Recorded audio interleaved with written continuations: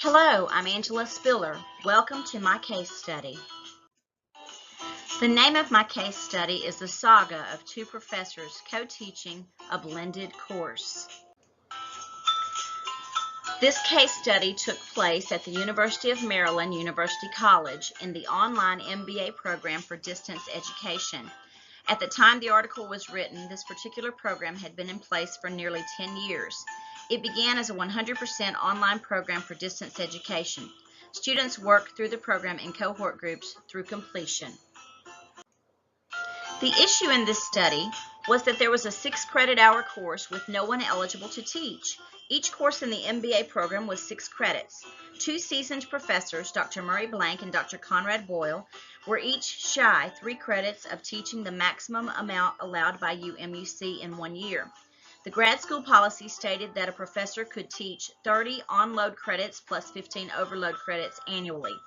3 credits would be left on the table in this case. If the two professors weren't able to somehow devise a way to teach the 3 credits each, they would not receive full pay for the year. This would amount to a few $1,000s less pay. Additionally, there was a student need and high demand to include this course, Marketing, Management, and Innovation, into the course offering for this particular semester. In order to solve this issue, Dr. Blank and Dr. Boyle approached the program director with an idea. They would co-teach this course. Dr. Boyle would teach the online portion and Dr. Blank would teach the face-to-face portion.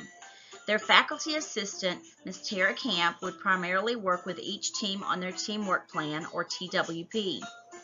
The two professors decided that if they were going to work in a blended learning format, they would have to have early communication prior to the beginning of the course, and they would also agree on who is doing what, when it will be done, and how it will be done.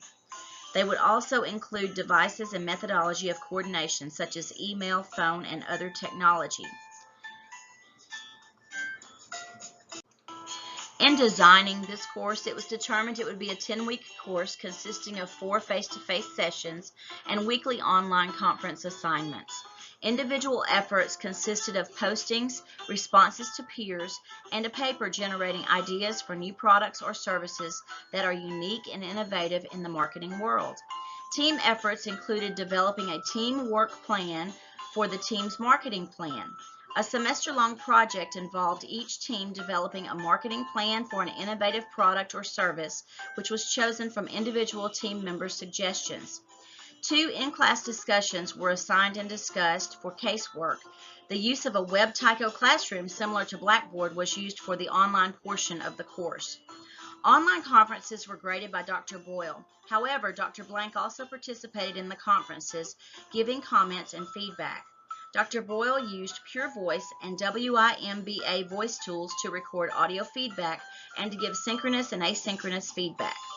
The oral papers were graded by Dr. Blank, and both Dr. Blank and Dr. Boyle graded written papers. Both professors created a grading rubric for use as well. There were several benefits and successes to this case study. Because the program director allowed these seasoned professors to co-teach a blended learning course, students in the cohort group were able to continue through the program without having to miss a semester and get behind on the program requirements. Additionally, both professors were paid their full annual salary, which made them very happy. Although there were a few problems during the semester, overall the course was handled smoothly. This was in large part due to the frequent communication between the two professors during transitions between face-to-face sessions and online sessions. Both professors had to know what transpired during online and in-class work. They communicated by phone, email, Skype, and any other way necessary.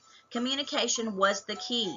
They also determined that they both must agree on student grades. Additionally, they utilized technology that was available. Frequent and thorough feedback by both professors kept students engaged and on task. In addition, there was a weekly to-do list emailed to students to keep them prepared for the course. Both professors also used grading rubrics as great tools for the grading system. There were a few challenges in this case study. This was the first time 2 professors co-taught a blended course at UMUC.